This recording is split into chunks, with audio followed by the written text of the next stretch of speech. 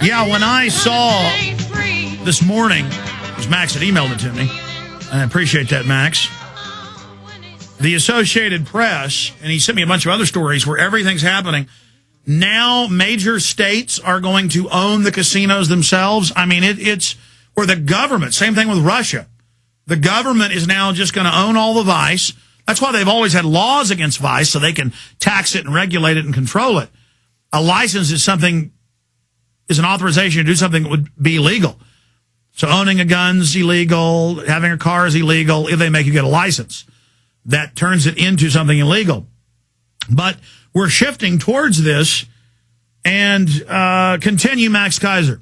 Yeah, in 1989, the Berlin Wall came down, and, Yeltsin, who was then in charge, gave away all the industries to the Russian oligarchs.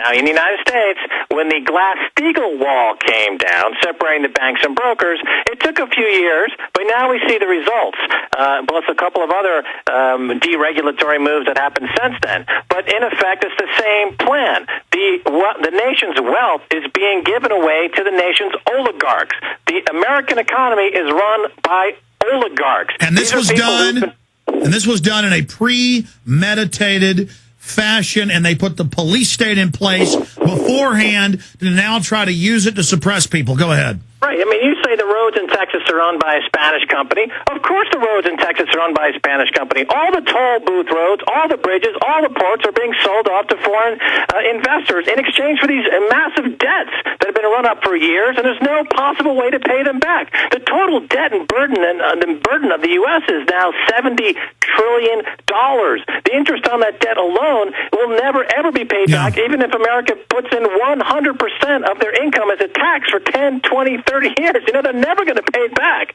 So the U.S. is left to give foreign creditors more and more of America's infrastructure, all of its, what some call selling the cow and then buying the milk. Okay, so America's giving away their toll roads, giving away their ports, giving away their infrastructure, selling it on the cheap, basically in exchange for debt forgiveness.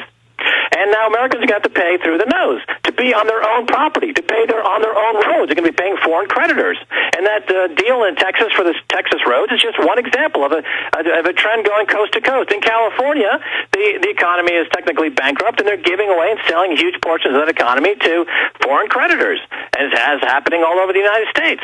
Because the U.S. is too much in debt, and nobody in government is saying that the U.S. has to get off its debt addiction, which brings me to a very interesting topic, which I want to get into, which is this whole health care debate, and it's an interesting debate because basically it pits two forces in the American economy against each other. There are those in the economy that want to charge monopoly pricing for healthcare. That's the oligarchs, which include the insurance companies.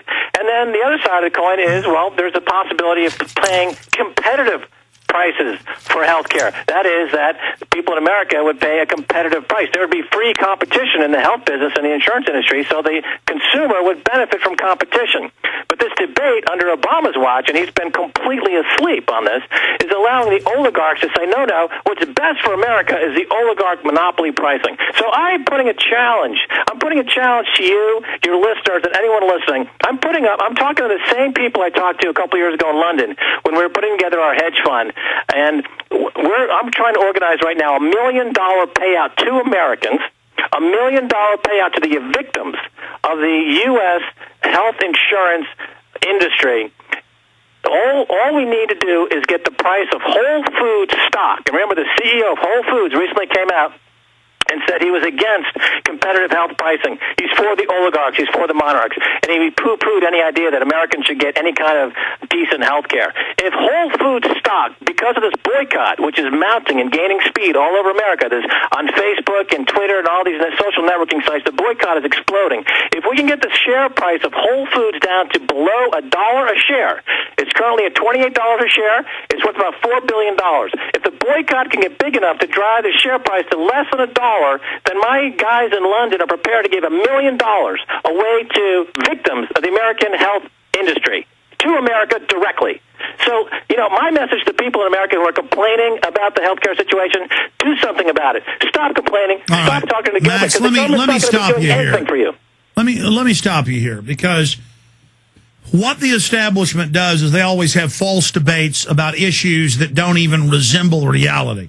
And so I agree with you to a point here, but I want to be specific and find out exactly what you're saying. Yes, we have more and more a monopoly healthcare where big insurance companies and big mega healthcare businesses, doctors are paid about half what they were per capita for inflation in the 1970s. They're certainly being squeezed. The people are getting less. The 30 million illegal aliens have bankrupted a lot of the state and county and city systems. That's another factor. So when we hear this healthcare debate, all Obama's doing is trying to give liability protection to insurance companies, HBOs, and big medical firms, and has nothing to do with even socialized healthcare, whether you're for that or against it. So then the left all piles on supporting the single payer when we're not even debating that. The question is, why do Americans pay 3 times what anybody else does for drugs? Why are we known as the moron schmucks that get charged more for health care when we did have the best health care in the world? So I don't think the British socialists wait 2 years for a brain tumor surgery. And I've seen Tony Blair admit they do that on the House of floor, on the Commons floor. I know it goes on. So we're not talking about that system. None of us want that. But the issue is big corporations have come in. Here's an example. My dad's a dentist. Most of these big dental offices now that are big chains only take what they call capitation. And that means that big companies come in and pay a company millions of dollars to say they'll take people on their plan, but then you get reduced care when you come in for it. So Max Keiser, what I'm trying to say here to you, and my question is, what are we dealing with here? I mean, what are you saying? Because the healthcare debate was... Okay, let me connect the dots, okay? Let me connect the dots. We know that America's energy policies are written by the energy industry. Okay, would you say that's a fair statement? When Yes. Dick Cheney came into office in 2000, he had that secret meeting with Enron and the whole industry, and they wrote America's energy policies, which included, by some accounts, invading other countries. But the industry was writing the energy policy, not the administration. Fair statement? I think so.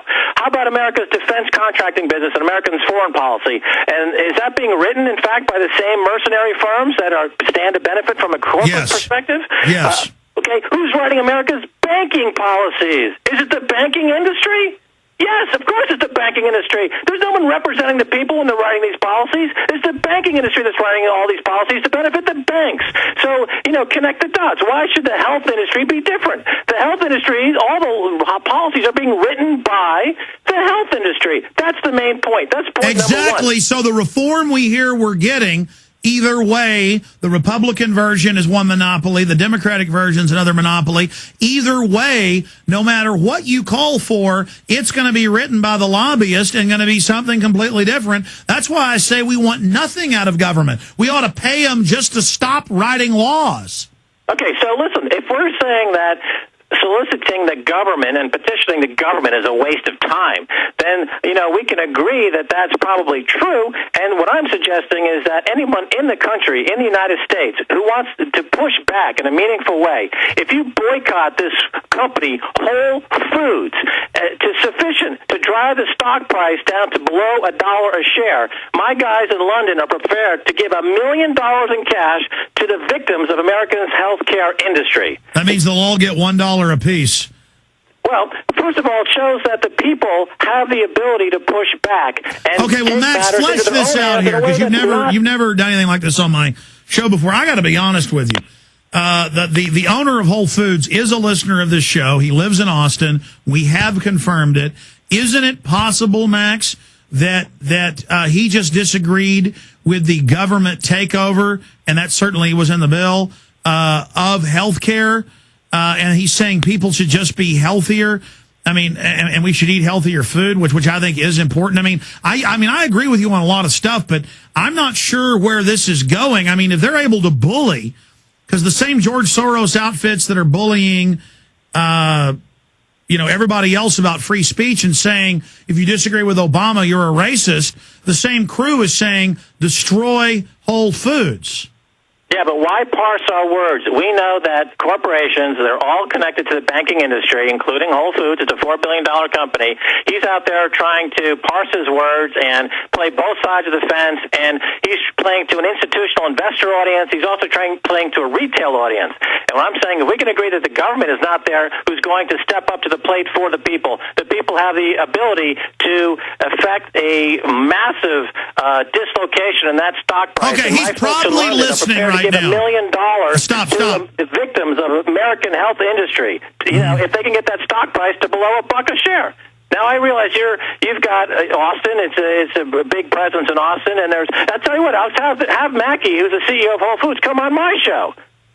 Well, I'll tell you this. I have confirmed he's a listener every week, and I told my guys just last week I want to get Mackey on. Have him come on my show. I mean, I want him to tell the world why he thinks Americans shouldn't have decent health care. Tell the world, and he'll be laughed out of. You know, he's going to be laughing in his face. Only in America can a CEO like him get up and posit that Americans shouldn't deserve health care at a price that they can afford. It's absolutely unconscionable.